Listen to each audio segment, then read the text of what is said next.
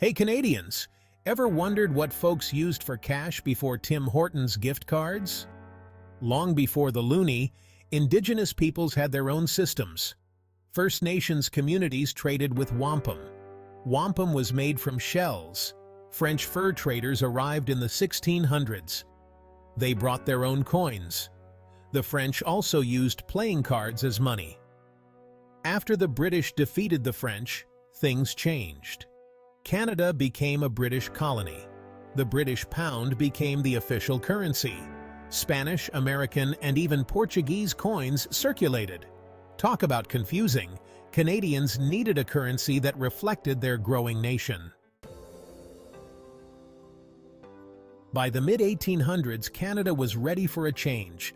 Enough with the shillings and pence. We needed our own system. In 1858, Canada adopted the decimal system. The Canadian dollar was born. Our first official coins were minted. They featured denominations familiar to us today: the cent, the 5-cent piece, the 10-cent piece, and so on. The Canadian dollar was linked to the US dollar. This made trade between the two countries easier. These early coins were beautiful. They featured images of beavers, maple leaves, and Queen Victoria. These symbols reflected Canada's identity. They also helped to unify the young nation. The decimal system was a big step forward. It simplified trade and made life easier for everyone. Canada finally had a currency system that made sense. 1867 was a big year for Canada. We became a self-governing dominion within the British Empire. With Confederation came the need for a national currency. The first Dominion notes were issued. These notes were printed in denominations of $1, $2, $5, and beyond. They were beautiful and colorful. They featured portraits of important Canadians. The back of the notes showcased scenes of Canadian industry and progress. The Dominion notes were a symbol of Canadian pride. They represented our newfound independence. They also helped to create a sense of national identity. However, the early days of Confederation were not without their challenges. There were debates about the best way to manage the country's money. Some people wanted a central bank. Others preferred a decentralized system. Section 4. The Bank of Canada and the Birth of Modern Currency. The Great Depression hit Canada hard. It exposed the weaknesses in our financial system. In 1934, Prime Minister R.B. Bennett took action. He established the Bank of Canada. The Bank of Canada became the Central Bank of Canada. It was given the power to issue currency, manage monetary policy, and regulate the financial system. This was a big deal. It marked the beginning of modern currency management in Canada. In 1935, the Bank of Canada issued its first series of banknotes.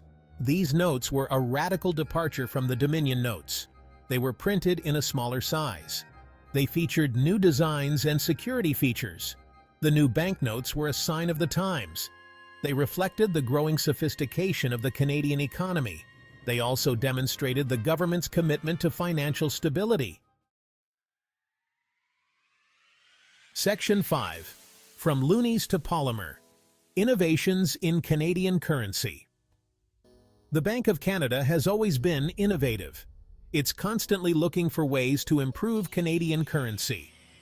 In 1987, the bank introduced the $1 coin. We call it the Loonie. The Loonie was a hit. It was more durable than the paper dollar. In 1996, the bank introduced the $2 coin. We call it the Toonie. In 2011, Canada issued Polymer banknotes. Polymer makes our banknotes more durable and secure.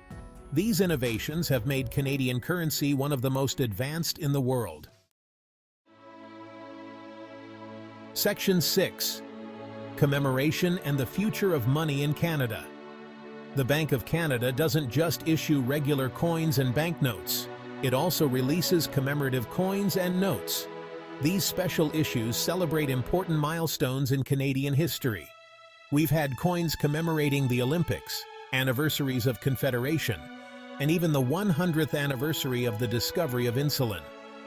These coins are a great way to learn about our past and celebrate our achievements.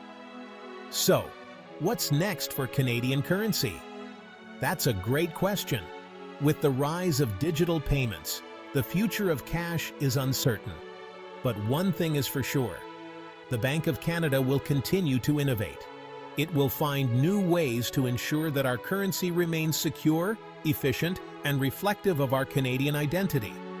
And who knows, maybe one day we'll be paying for our double-doubles with digital loonies. Just imagine the possibilities.